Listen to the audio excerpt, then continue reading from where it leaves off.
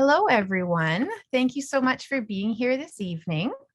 My name is Tamara Tucker, and I'm the program coordinator at the Lifelong Learning Center. As we begin this evening, I acknowledge that the University of Regina is situated on Treaty 4 territory with a presence in Treaty 6. These are the ancestral territories of the Cree, Saulteaux, Dakota, Lakota, and Nakota, and the traditional homeland of the Métis. This has been an important part of our history and will be equally significant for our future. So welcome to our presentation on Spanish language around the world. I will now introduce our speaker for this evening, Sergio Quesada. Thank you so much for being here this evening. Sergio immigrated to Canada from Chile 44 years ago. He has been married for nearly 62 years. He has 2 daughters and 5 grandchildren. And if you can believe it, he has been teaching at the Lifelong Learning Center for 42 years. And he claims in all those years, he has never missed a term. That is serious dedication. So as our presentation gets started today, please ensure that your microphone is muted. If you have questions during the presentation, you can enter them into the chat function and we will try to answer as many as possible at the end of the presentation. And if you find that the audio is sluggish, sometimes it just slows down if you have your video on. So if you have your video on and you find that the audio is not consistent, you might want to turn off your video and see if that helps to improve it. All right, that's all I have for now. I'm going to turn things over to you. Thank you so much, Sergio. Take it away. Hey, can you remove that the paragraph on the screen? Is there a paragraph? This meeting is being recorded by the host or a participant. Oh, I can't see that on my side. Okay. Can you remove it on your side? I don't want. What if you just click OK?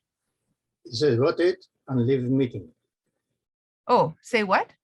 Got. G-O-T, got it. Oh, got it. So just click got it. Yes. Sorry, I didn't. Oh, okay. There you go. I just wanted to make sure you were acknowledging it was being recorded. Thank you for your assistance. All right. You're very welcome. Yes. Good evening. Amara said in the presentation, my name is Sergio Quesada. Here is on the screen. My name is Sergio Quesada. Here is a transcription, so you can pronounce it properly. Sergio Quesada. And I am a Chilean. I was born in Chile. And I came to Canada 44 years ago. Now it will be my pleasure to introduce you to one of the most practical and interesting languages at this moment around the world, Spanish. Spanish is the second most spoken language around the world at this moment. So it's very interesting that you learn this language if you are interested on doing it, because you will have the chance to practice it or to go somewhere, because there are many places where they are speaking Spanish now. So, at least myself, I am going to introduce to the romantic cultures where we speak the Spanish language. In Spanish is el español. Welcome to the Hispanic culture. I am going to introduce you to some countries and where we speak the language and some customs, traditions, or whatever it is. First of all, I want to give you a little history about the Spanish language. How was it born and how it was developed? And the root of the language is here. This is the Roman Empire. And Rome is here. Yeah. Now this is Italy now. And the Romans, of course, they were speaking Latin. They had 2 ways to speak Latin, the vulgar Latin and the classic language.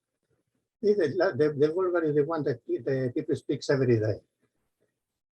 So the Roman Empire, very quickly, I would have to say this, expanded it around the very well-known world in those times. All the reddish part was part of the Roman Empire.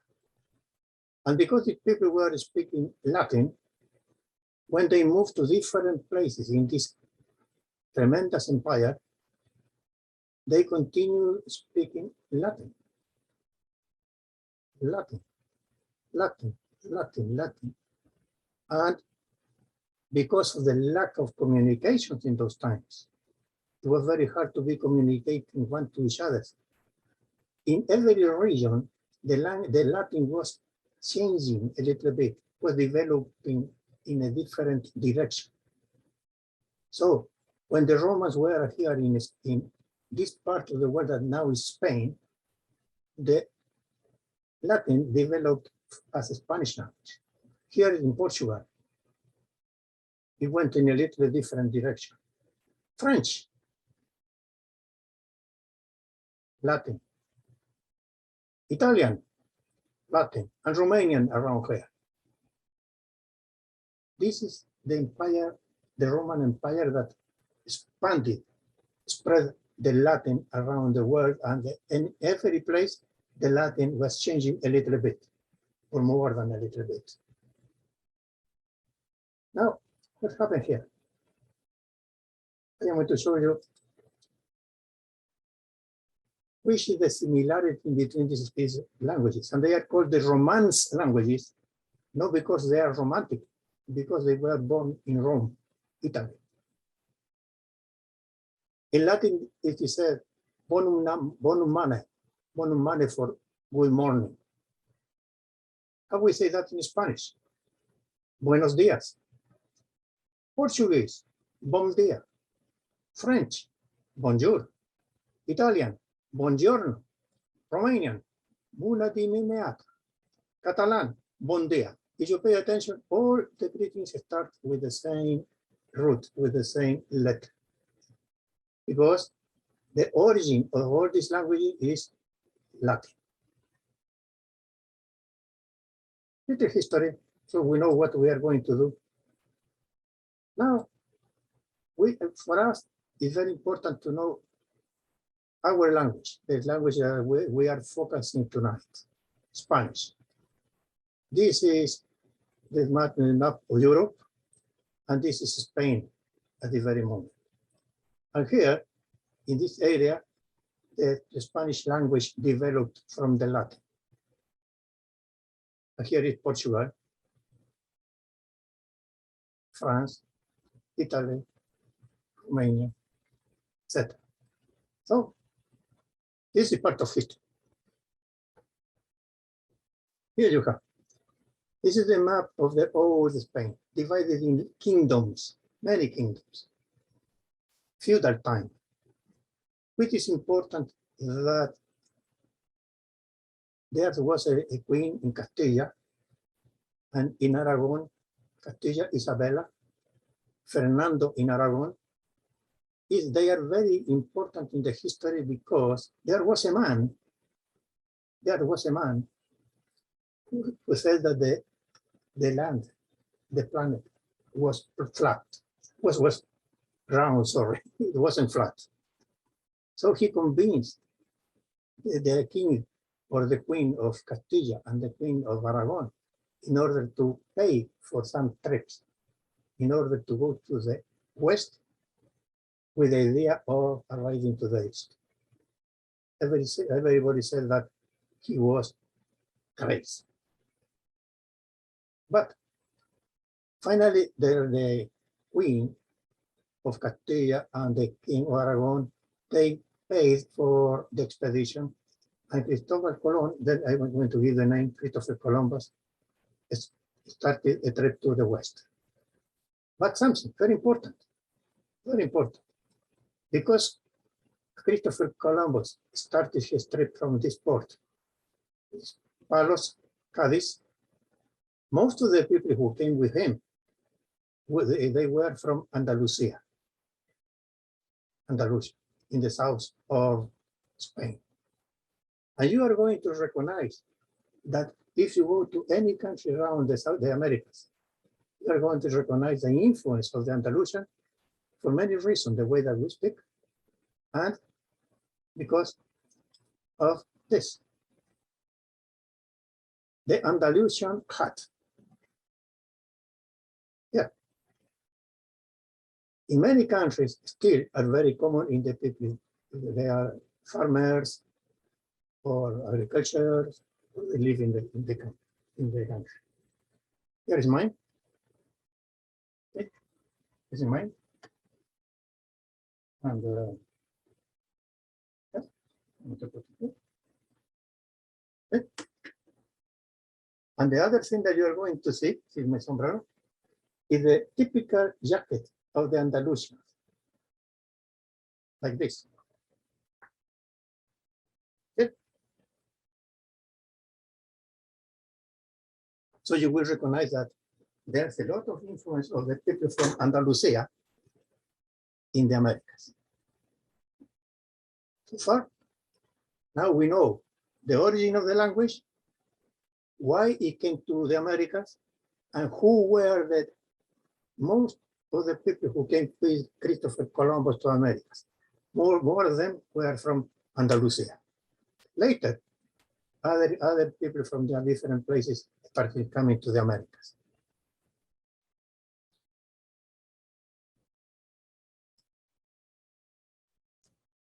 You can see the influence of the Andalusian sombrero. El Zorro, the fox. There is a lot of movies about this man. Here is with the Andalusian hat, the same as this guy's, the same as mine. Now the name of the man who came, who convinced Queen Isabella and King Fernando to come to go to the east, the name was Cristobal Colón in Spanish, Christopher Columbus in English. So he was designed as admiral of the fleet that was going to go to the west in order to arrive to the east. In our language, Cristobal Colón, Christopher Columbus in English. How he made the trip is incredible, absolutely incredible. Look at this. These are the name of these are carabelas. Carabelas. You know the name. You know there were three of them. Can you imagine being in high seas in one of these boats? A lot of people living there. The conditions. They went west, west, west, west. Finally, Christopher Columbus arrived to that what we know now as the Caribbean islands.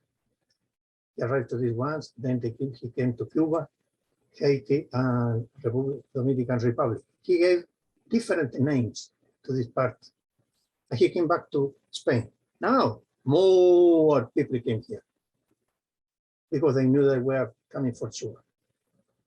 See, so far we know that how Christopher Columbus started from Spain here, trying to go to the east, but sailing west because he knew, he was sure that our planet was a sphere, round.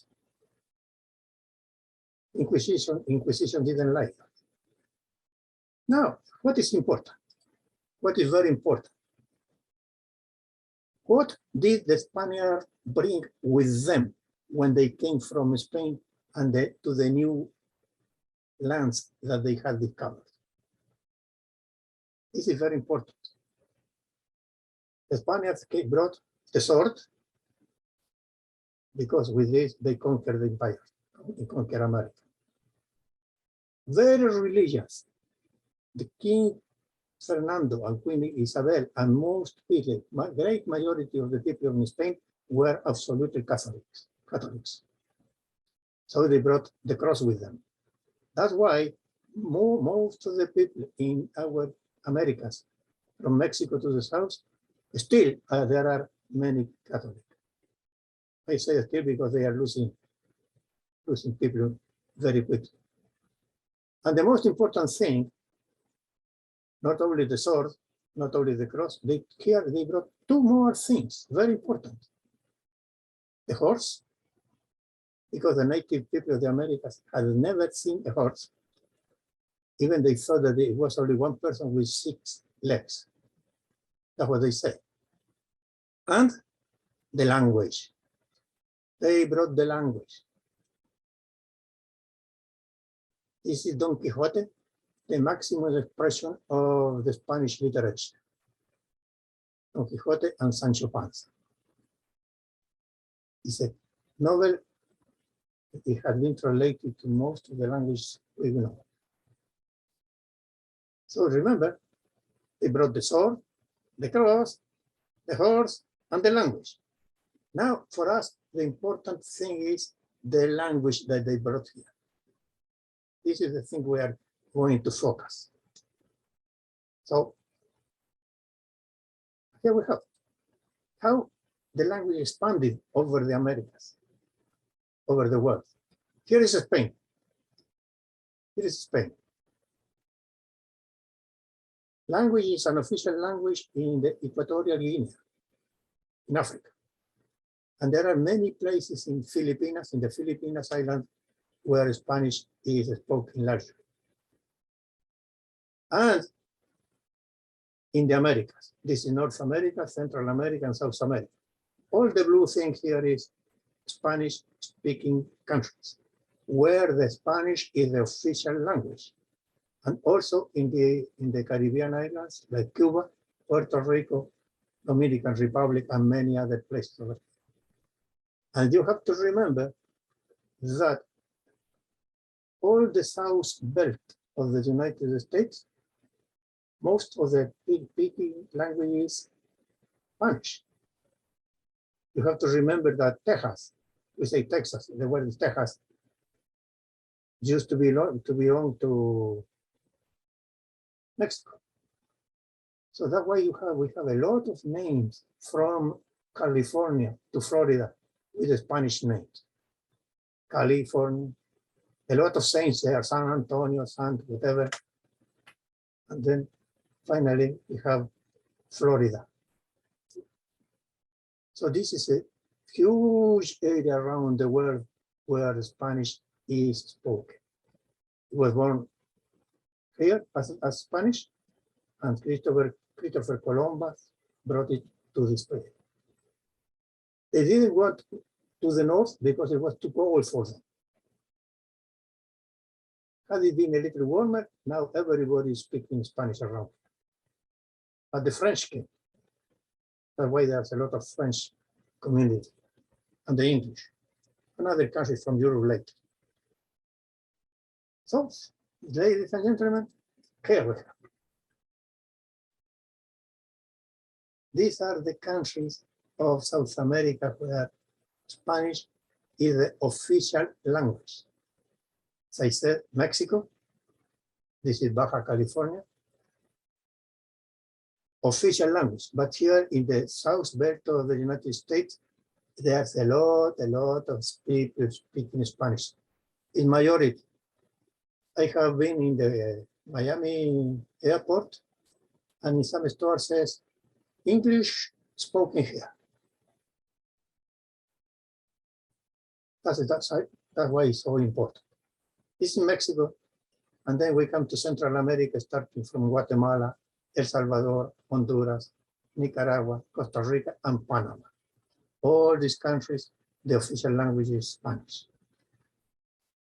Then we come to South America.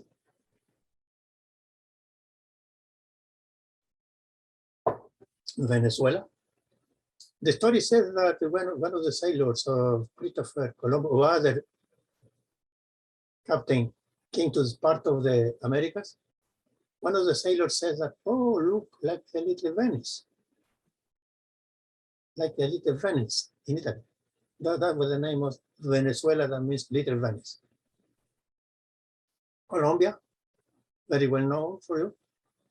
Ecuador is very important because it's divide our planet into hemispheres. Peru, Bolivia, Paraguay, Uruguay, Argentina, and Chile. This is Brazil. They speak Portuguese there.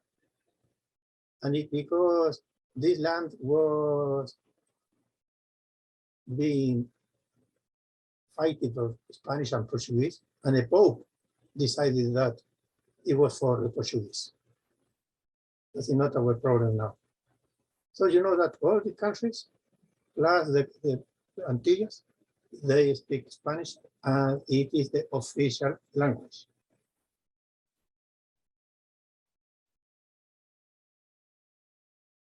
So what do you think if we come to take a look to West? No, before that, I am going to invite you because I have a beautiful, incredible flying carpet. I am going to invite you to go and to sit in my carpet. I am going to take you to visit not all the countries because there are too many for the time I have. But we are going to start with one of the most romantic and attractive countries for Canadians and for the rest of the world, that is Mexico. We say Mexico but because the letter X sounds hotter, like Mexico, Don Quixote, Texas. But the official language it says Mexico or Mexico. That's okay. And here we have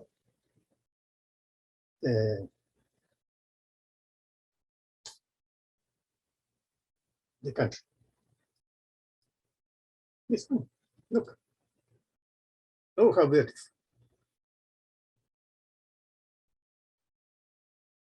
Typical Mexico. In different regions of Mexico, probably Ida is over there, he knows that he have different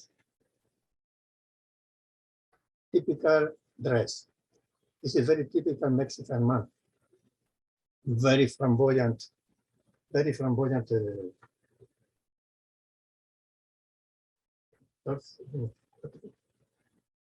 Okay.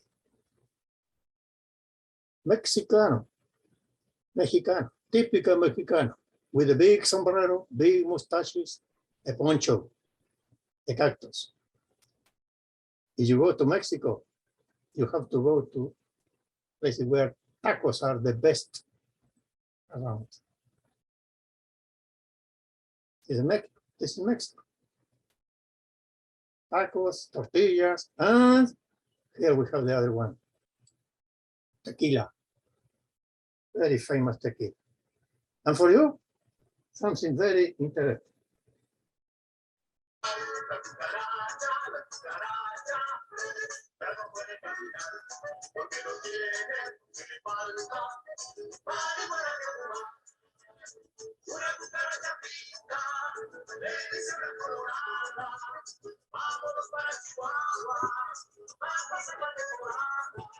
Okay.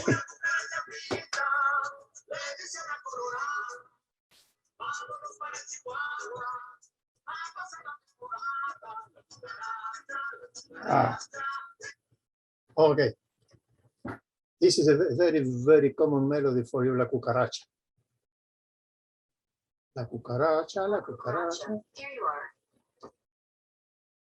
No. No. We are going to leave Mexico and we are going to ask our flying carpet to take us to Cuba, the island of Cuba. I put here these three pictures because they are very common for you. Probably most of you have been already to Cuba and probably to Varadero. Varadero is one of the most beautiful beaches around the world. Kilometers and kilometers of white sand. Before the pandemic, my wife and I, we used to go to Varadero every year for many years. Same hotel. And here is one. Look. Okay. Cuban room. And the other thing that is very important for us to know, Cuban cigars. Look this guy here. Big cigar. And This man is wearing one of the most typical hats in Cuba. Look at this. The same one.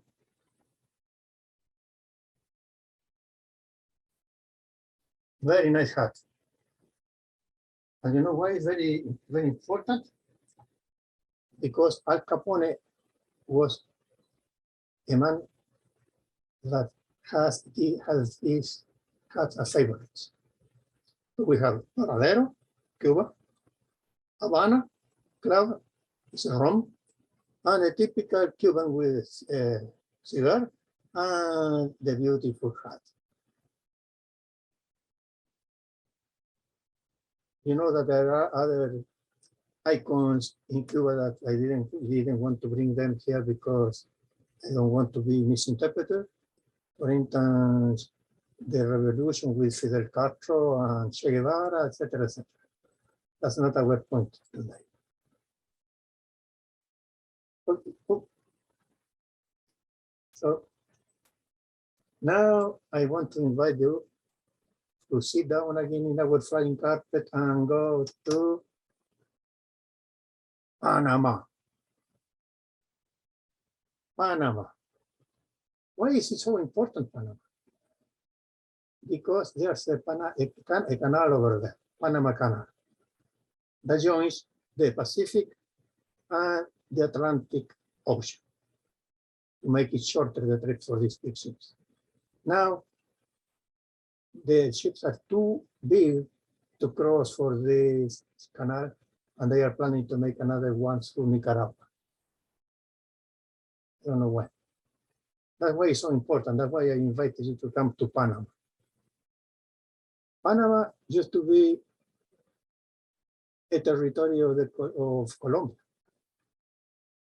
but the Colombian government was asking too much of the profits of the canal. So somebody instigated the division, and now it's another country. Here we have a couple.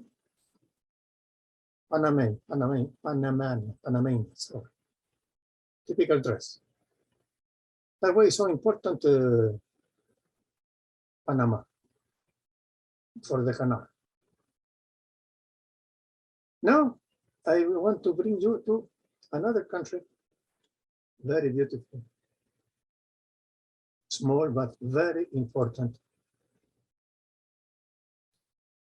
Ecuador, here. This is Ecuador. Why the name Ecuador?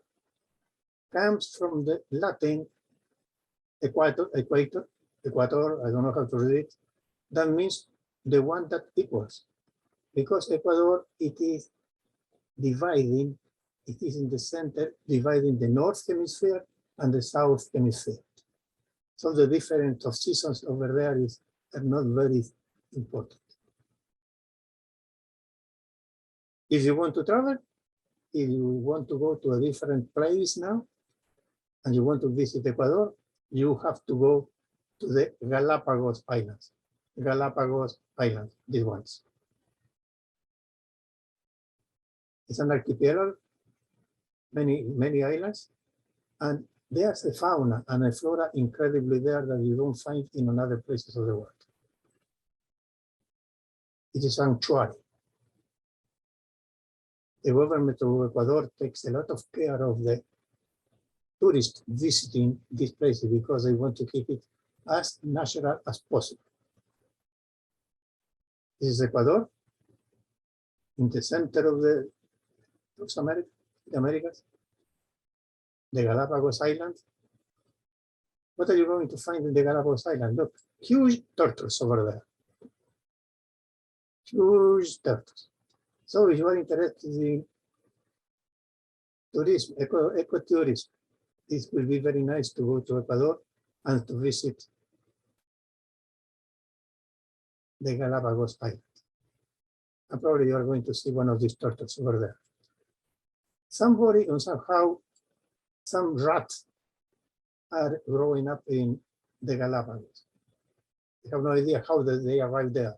and they are eating the small fauna, and they are eating the eggs of the birds. So the Ecuadorian government is fighting the rats now, right now. So this is our trip to Ecuador. So let's board my magic carpet again, and all on board, go. South America. Here we have South America.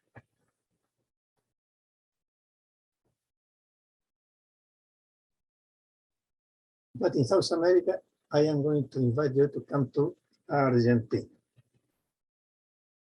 Argentina.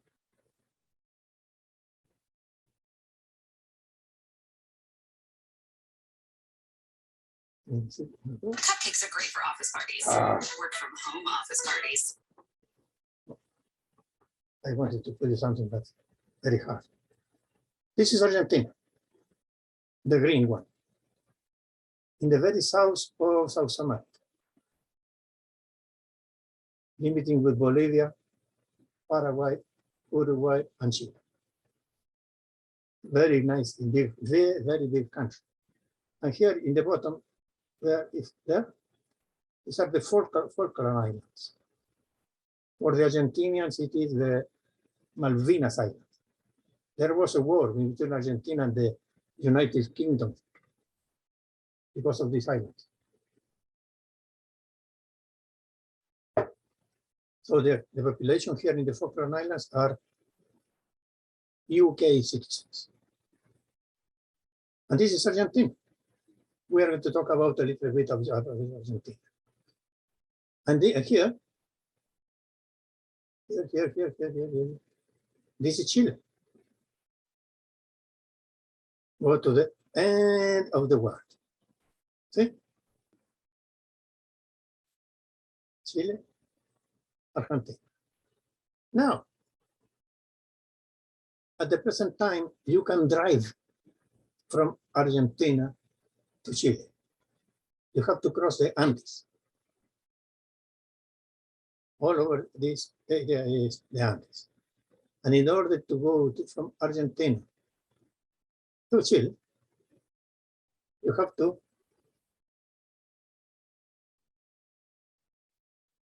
drive your car over there.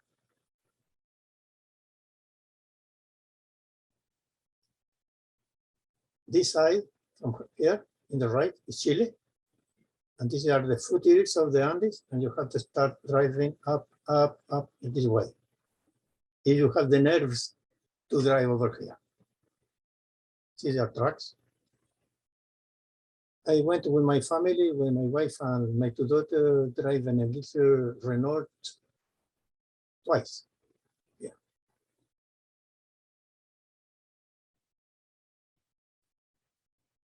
Now, what? If you go in that direction, Chile. To the left, Argentina. And here we are going to go first of all to see.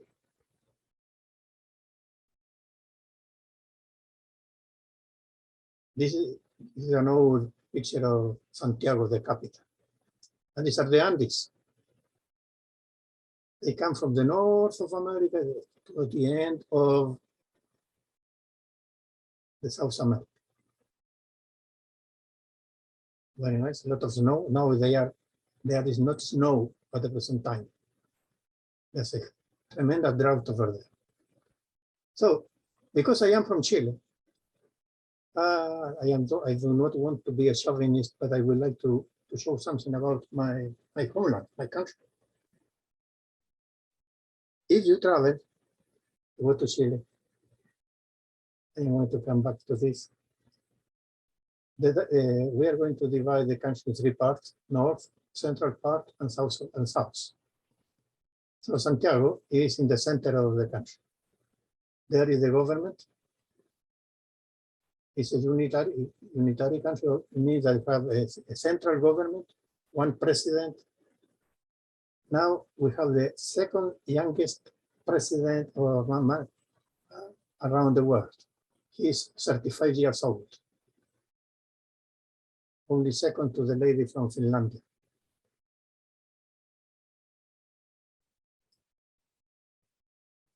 Now, this is the north of the country, a desert, the driest desert around the planet. It is very rich in nitrate and some other minerals, but there's no water. Very difficult to live over there. But even if you don't believe, in the center of the tremendous, huge desert, there's an oasis,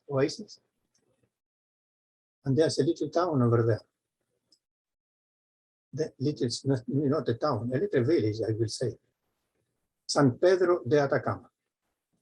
This is the Atacama Desert, and in the center is some point over there, very close to Bolivia. There's the place with water, oasis, and there's this little village developed over there. I'm going to enlarge. The name is San Pedro de Atacama, and it is very attractive for visitors, tourists from all over the world for a couple of reasons. It is in the middle of the desert. In the night, it's so clear, the sky, that with a bare eye you can see many, many, many stars. That's why the people like to go there, and there's a lot of places you can visit over there. This is the starting point. I recommend you, if you go to Chile someday, to fly from Santiago and to a town very close to this village, and then a bus will take you to here. There are hotels. Don't think in 5 stars hotel. It's a comfortable hotel. This is the north. Now I am going to invite you to a place where if you go to Chile, there are some things you have to take a look. Pablo Neruda is Pablo Neruda is a famous poet. It's a famous poet. He was a Nobel Prize, and he was a man that he loved to have very, very queer, very strange houses. And these are the houses of Pablo Neruda. There's one in Valparaiso, there's one in Santiago, and there's another one very close to the sea. Everybody should go to visit them. All the houses look like a ship, like a big boat inside. This is the other one. Hundreds of tourists visit every day, before the pandemic, of course, all these houses. They have a special name. Now, you go to Chile, you must go here. I recommend to go, come here.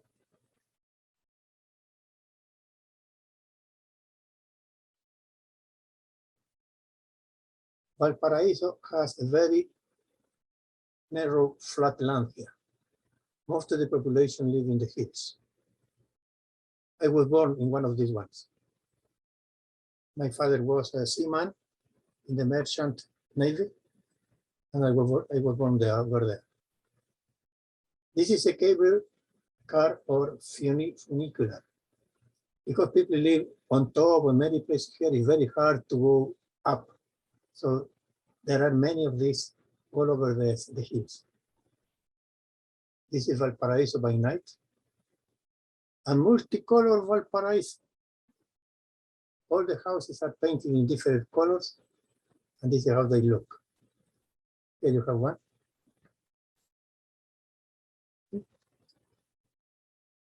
Very interesting, the architecture. a lot of European influence.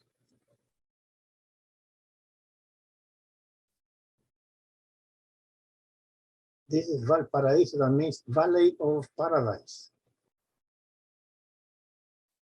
Here it is, big picture of Valparaiso. This is the port, the harbor, the customs, and people live over here. Many people live here. So they need a funicular, a cable car.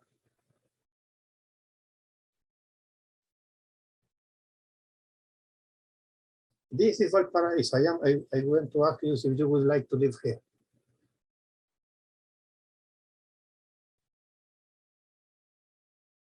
And here we have another cable car. One is going up and the other is going down.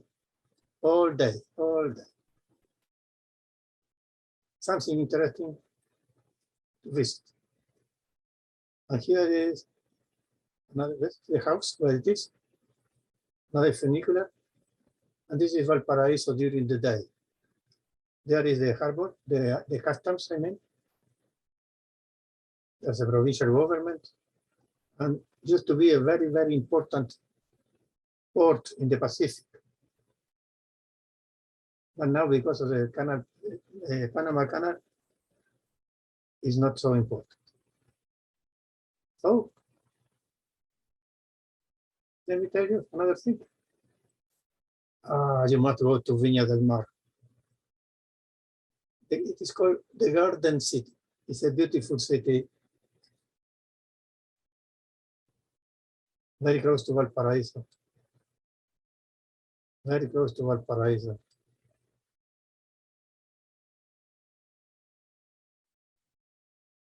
Okay. Viña del Mar. Another attraction of Viña del Mar. This is a flower clock. It's accurate, and every day it has different flowers. This is a house or apartment building by the sea. It was built like a ship, like a boat. And this one, I don't know if I can bring it here. There was a lady, an architect, and she wanted to build a house on top of these rocks in the way from Valparaiso to Viña del Mar. This is a house, it's a house. There's a lot of ladders, swimming pool. I don't like to live there. Now, if we continue to the south, in the south of Chile, there's we have the lake district. There's many lakes, and most of the lakes have a volcano in the background, or more than one. Here you have, let me see, oh, this is Villarrica. This is volcano Villarrica. It's alive.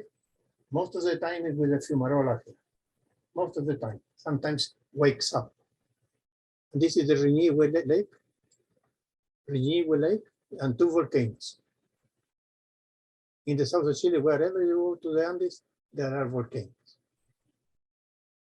This is very beautiful. Osorno, this is Osorno Lake.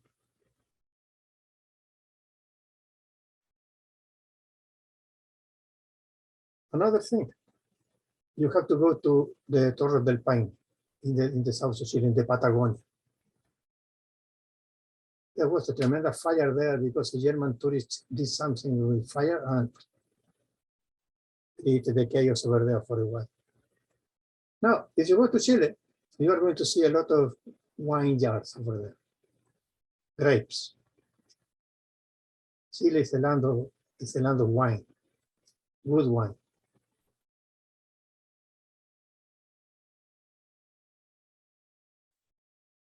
Here you have one of the most important wines. Some of them. Casillero del Diablo, this one. Look. Casillero del Diablo.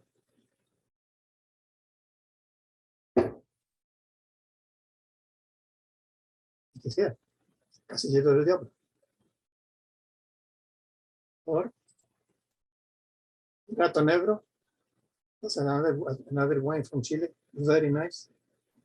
Frontera, it's a collection of wines from Chile.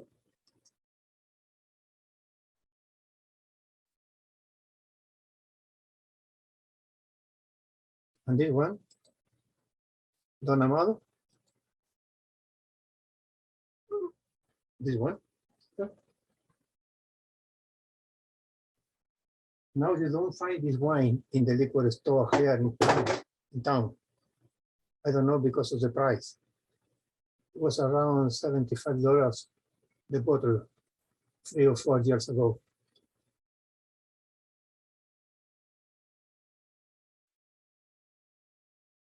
Now, let me brag a little bit. If you go to Chile, you must have this. So, the name is Un Completo. Un Completo is a hot dog. A complete hot dog because they put avocados, mayonnaise, tomatoes, and other thing on top. And they serve with a warm bun. The bread is warm all the time. Or you can have lomito. Lomito is another very, very typical sandwich in Chile. It's made out with pork and the same as some lettuce, some tomatoes, some mayonnaise, some hot pepper, and so on and so on. And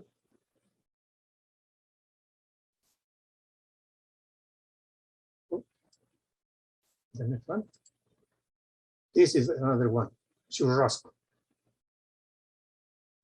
Churrasco is another typical sandwich from Chile. Fried beef with another things like tomato and mayonnaise and something like mustard. And this one, I didn't show you this one. See, you must have the sandwich, of course, with a glass of wine.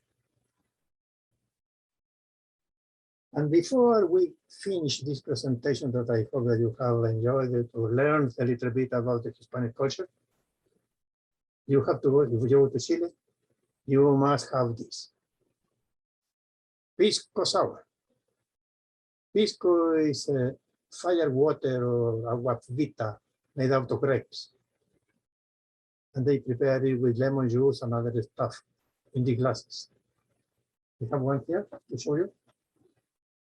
Same glass, see? Same glass. My wife prepares it very, very well. And here, I have with me a bottle of pisco from Chile. You can find pisco in the liquor store in Victoria East liquor store.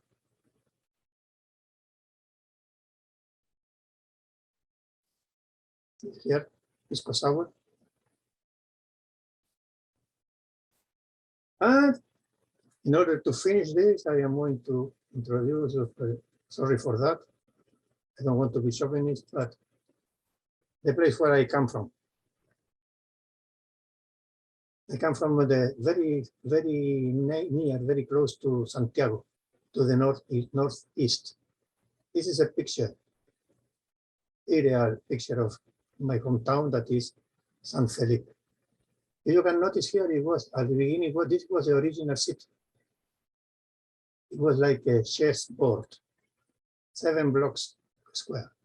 In the center over there is the Plaza Civic, La Plaza, the park. Here is another view. And here,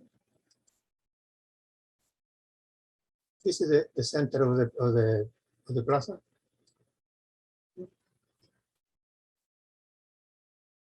I remember that when I was a young fellow, the girls, they like to walk around, and we, the boys, we were standing here, looking at them. Very romantic. And this is something that I wanted to finish it, how dramatic it is at this moment, the situation not only in Chile, also in Mexico and other countries. These are avocado plantations. Look at this. In order to plant here, they are now planting in the foothills, and they are taking off, removing the autochthonous flora in order to continue planting avocados. There is no water for the people. In order to produce 1 kilogram of avocado, they need 2,000 liters of water. Look at this.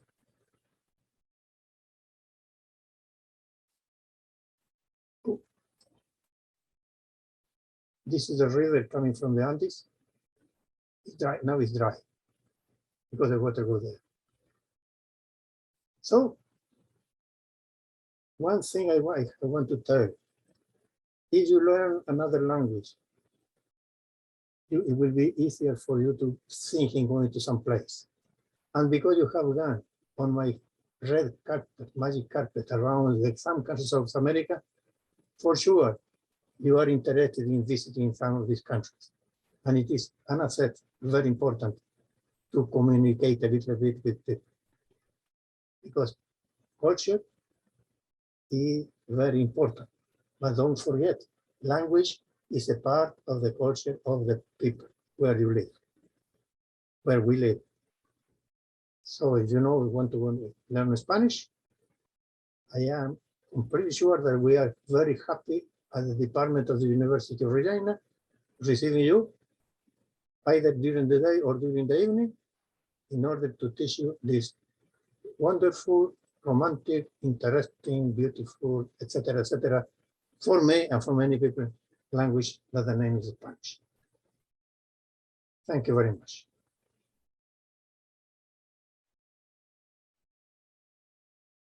Tamara. I'm here. Thank you, Sergio. Sorry, I was just trying to get my camera on again here. Thank you so much, Sergio. Sergio. I need to correct how I'm saying your name. I learned that first thing in your presentation. Pardon me. Thank you so much for sharing with us this evening. I am not seeing any questions in the chat box, but if you'd like to enter a question in the chat now, please go ahead. Or you can also just turn on your microphone and ask a question directly if you like. I've just received one message here. Bob is asking, what are some of the differences in dialects amongst the various countries? Which are the differences? How would you describe the differences, maybe? I never say dialect, they are languages because they have a grammar.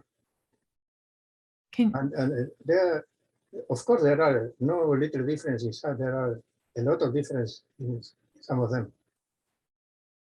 Because the root is the Latin.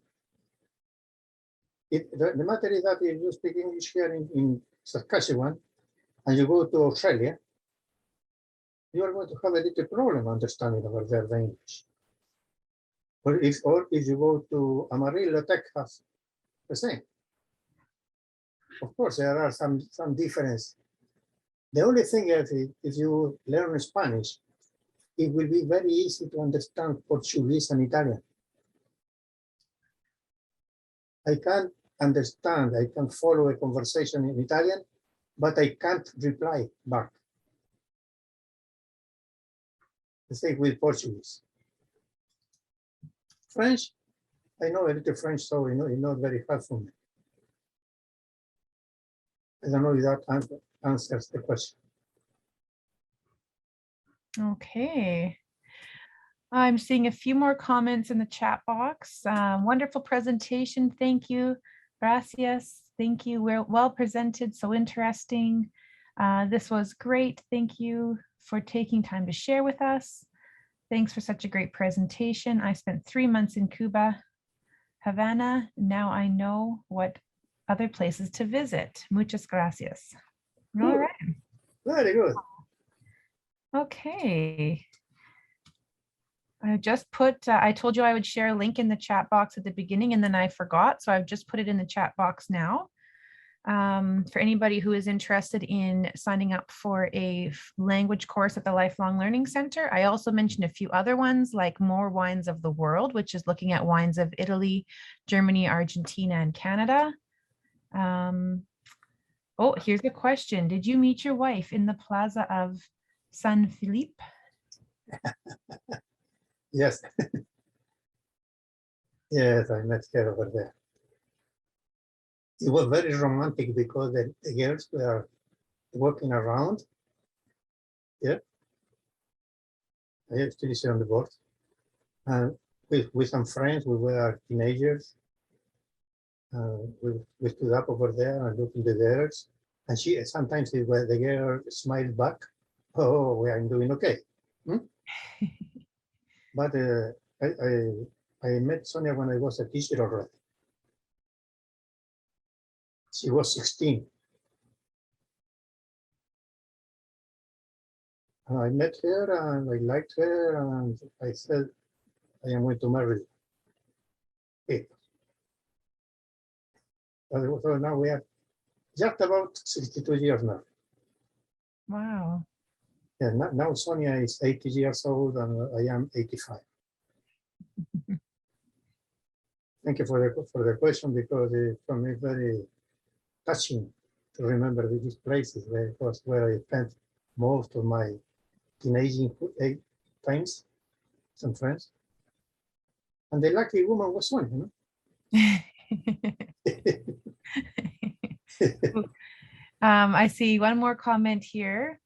Gracias for the presentation. I have been to Peru, Bolivia, Chile, and Argentina. Great country, and Spanish was definitely needed. Oh, we've traveled far and wide. That's great. And then another comment just says, thank you, Sergio, from Sandy. The lucky man was Sergio.